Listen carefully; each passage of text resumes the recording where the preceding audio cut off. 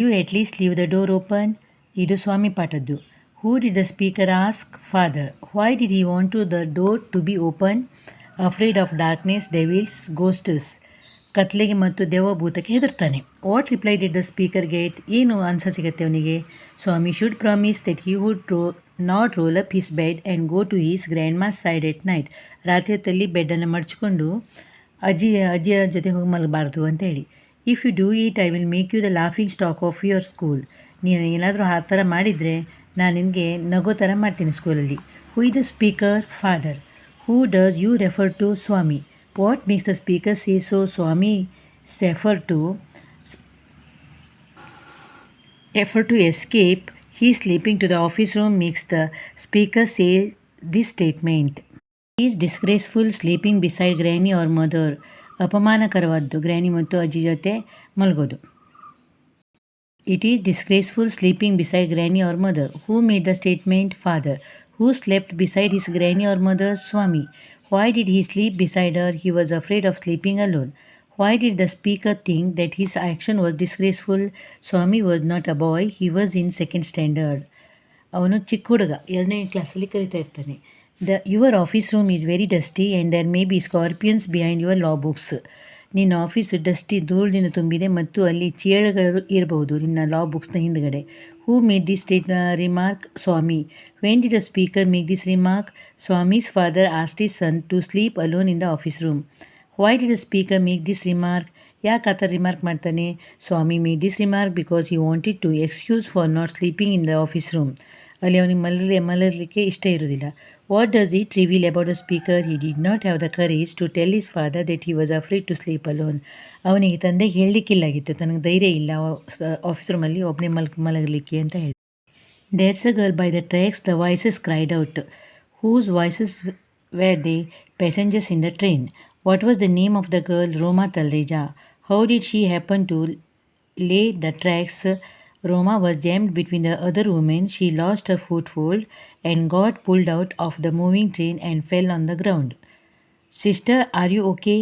Behenji, aap theek hai? But there was no response. Who asked this question? Baleshwar.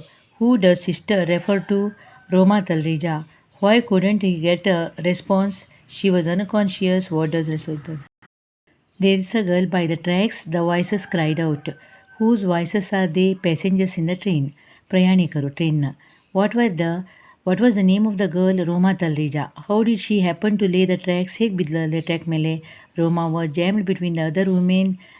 ಇಬ್ಬರು ಹೆಂಗಸರ ಮಧ್ಯದಲ್ಲಿ jam ಆಗ್ತಾಳೆ. She lost a foothold. ಕಾಲು ತಪ್ಪಿ ಹೋಗ್ತದೆ. And got pulled out of the moving train and fell on the ground. ಚಲಿಸ್ತಿರುವ ಟ್ರೈನಿಂದ ಹೊರಗೆ ಬಿದ್ದು ಹೋಗ್ತಾಳೆ.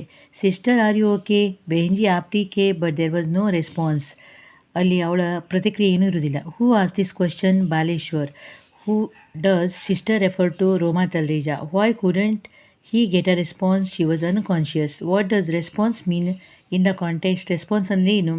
The word response means reply. ಅವಳಿಂದ ಯಾವುದೇ ಉತ್ತರ ಬರೋದಿಲ್ಲ. I think it is an astonishing thing that a stranger jumped off a train and risked his life for me. ಒಬ್ಬ ಅಪರಿಚಿತ ನನಗಾಗಿ ತನ್ನ ಜೀವನವನ್ನು ರಿಸ್ಕ್ನಲ್ಲಿ ಇಟ್ಕೊಂಡು ಟ್ರೈನಿಂದ ಹಾರಿದ. Who is the I? Roma Talreja. Who is the stranger? Baleshwar. Where was the speaker when these words were said? The speaker was in the hospital. Some examples from the discovery. We are like bats trying to fly by day. ನಾವು ಹಗಲು ಹೊತ್ತಲ್ಲಿ ಹಾರ್ತಾ ಇರುವ ಬಾವಲಿ ಥರ ಇದ್ವಿ. Who made this statement? Diago. Who does we refer to? The seamen. What does the statement mean in the context? Bats can't see during the day. ಬಾವಲಿಗಳಿಗೆ ಹಗಲೊತ್ತಲ್ಲಿ ಕಾಣೋದಿಲ್ಲ. If they fly during the day they may fly anywhere. ಹಗಲಲ್ಲಿ ಹಾರಿದರೆ ಎಲ್ಲಿ ಬೇಕಾದರೂ ಅಲ್ಲಿ ಹಾರ್ತಾ ಇರ್ತವೆ. In the same way the seamen thought that they were going somewhere and they would not be sight land. ಭೂಮಿಯವರಿಗೆ ಸಿಗ್ತಾ ಇರಲಿಲ್ಲ. There are limits to our patience sir. Who made the statement? Diego. Who does sir refer to? Pedro.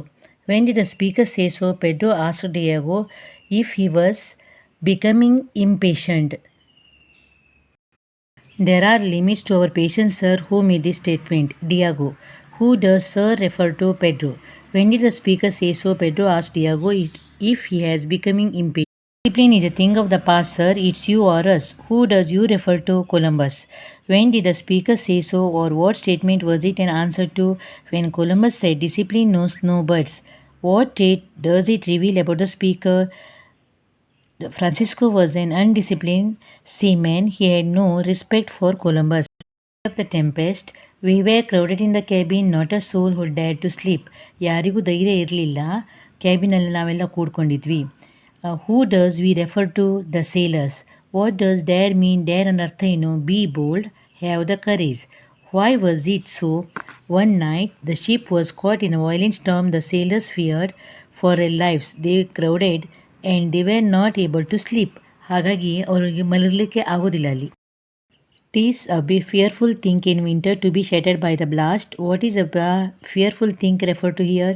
To be caught in violent storm is a fearful thing. ಭಯಂಕರ ಬಿರುಗಾಳಿಗೆ ಸಿಕ್ಕಿರ್ತಾರೆ, ಅದು ಹೆದರಿಕೆ. How did affect the sailors? ಅದು ಹೇಗೆ ಪರಿಣಾಮ ಬೀರ್ತದೆ sailors ಮೇಲೆ? The sailors crowded together in a cabin in fear. ಹೆದರಿಕೆಯಿಂದ ಕ್ಯಾಬಿನಲ್ಲಿ ಇರ್ತಾರೆ. They lay awake saying a silent prayer in the dark. ಕತ್ಲೆಯಲ್ಲಿ ಮೌನ ಪ್ರಾರ್ಥನೆ ಮಾಡ್ತಾ ಇರ್ತಾರೆ. What does shatter mean? Shatter ಅಂದ ಅರ್ಥ ಏನು? ಟು ಬ್ರೇಕ್ ಅ ಪಾರ್ಟ್, ತುಂಡಾಗಿ ಬೀಳು. We are lost, the captain shouted. ನಾವು ಕಳೆದು ಹೋದ್ವಿ ಅಂತ ಕ್ಯಾಪ್ಟನ್ ಕೂಗ್ತಾನೆ. What does we refer to? We ಅಂದ್ರೆ ಯಾರಿಲ್ಲಿ? The sailors. Why did the captain say this? ಯಾಕೆ ಹೇಳ್ತಾನೆ? The ship was caught in violent storm. ಬಿರುಗಾಳಿಗೆ ಸಿಕ್ಕಿರ್ತದೆ. And the captain fear the ship would break apart any moment. ಯಾವುದೇ ಕ್ಷಣದಲ್ಲಿ ship ಮುರಿದು ಹೋಗ್ಬೋದು ಅಂತ ಹೇಳಿ. How did his daughter react the situation? His daughter remain calm, ಶಾಂತವಾಗಿರ್ತಾರೆ. Holding her father's hand, she asked, ಕೇಳ್ತಾಳೆ ತಂದೆಗೆ.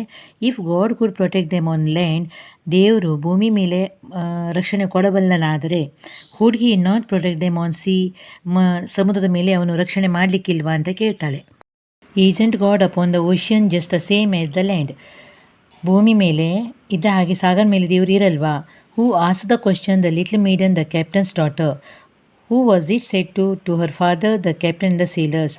What does it mean? The little daughter wanted to instil courage and confidence. ಧೈರ್ಯ ಮತ್ತು ಕಾನ್ಫಿಡೆನ್ಸನ್ನು ಹೆಚ್ಚು ಮಾಡ್ತಾಳೆ. In them she wanted them to remain calm, ಶಾಂತವಾಗಿರಲಿಕ್ಕೆ. And cool even in any critical situation like this. ಯಾವುದೇ ಕಠಿಣ ಪರಿಸ್ಥಿತಿಯಲ್ಲೂ ಕೂಲಾಗಿರಬೇಕು ಅಂತ ಹೇಳಿ. ಗ್ರ್ಯಾಂಡ್ ಮಾ ಕ್ಲೈಮ್ಸ್ ಎ ಟ್ರೀ. ಇದರ ಒಂದು ಸಮರಿ ಬಂದೇ ಬರ್ತದೆ 4 ಮಾರ್ಕ್ಸಿಗೆ, ಕಡ್ಡಾಯವಾಗಿ ಬರ್ತದೆ, ಕಂಪಲ್ಸರಿ. ಗ್ರ್ಯಾಂಡ್ ಮಾ climbs a tree is written by Ruskin Bond. The poet's grandmother learned to climb trees for her brother. Grand ಮಾ ಕ್ಲೈಮ್ಸ್ ಎ ಟ್ರೀ 4 ಮಾರ್ಕ್ಸಿಗೆ ಬಂದೇ ಬರ್ತದೆ ಈ ಪ್ರಶ್ನೆ. ಇದೊಂದನ್ನು ಬರಿಬೇಕು ನೀವು. ಗ್ರ್ಯಾಂಡ್ ಮಾ ಕ್ಲೈಮ್ಸ್ ಎ ಟ್ರೀ 4 ಮಾರ್ಕ್ಸಿನ ಕ್ವಶನ್ನು ಕಡ್ಡಾಯವಾಗಿ ಬರ್ತದೆ. ಗ್ರ್ಯಾಂಡ್ ಮಾ climbs a tree is written by Ruskin Bond. The poet's grandmother learned to climb trees from her brother when she was 6. Even in her old days, she used to climb trees. People advised her to stop climbing trees and to grow old gracefully. But she just laughed and said that she would grow old disgracefully. One day she climbed a tree and could not come down. She was rescued with great difficulty. The doctor strictly advised her to stay in the bedroom for a week. The moment she felt stronger, she demanded a house on a treetop. She got it and lived like a queen in her house on the tree. Jazz Poem 2 Summary. An old jazz musician is standing like a black ancient mariner. His old face is wrinkled and weary. His faded blue shirt has turned dark with sweat. His stomach is hanging loosely. His jacket is worn out and his necktie is undone and dropping loosely over the jacket. His shoes were torn and are stuffed with a paper to cover the holes. His rough, unshaven face shows our pain. He stands alone, head down, eyes closed and ears perked. An old saxophone hangs across the chest, supported from his neck by a wire coat hanger.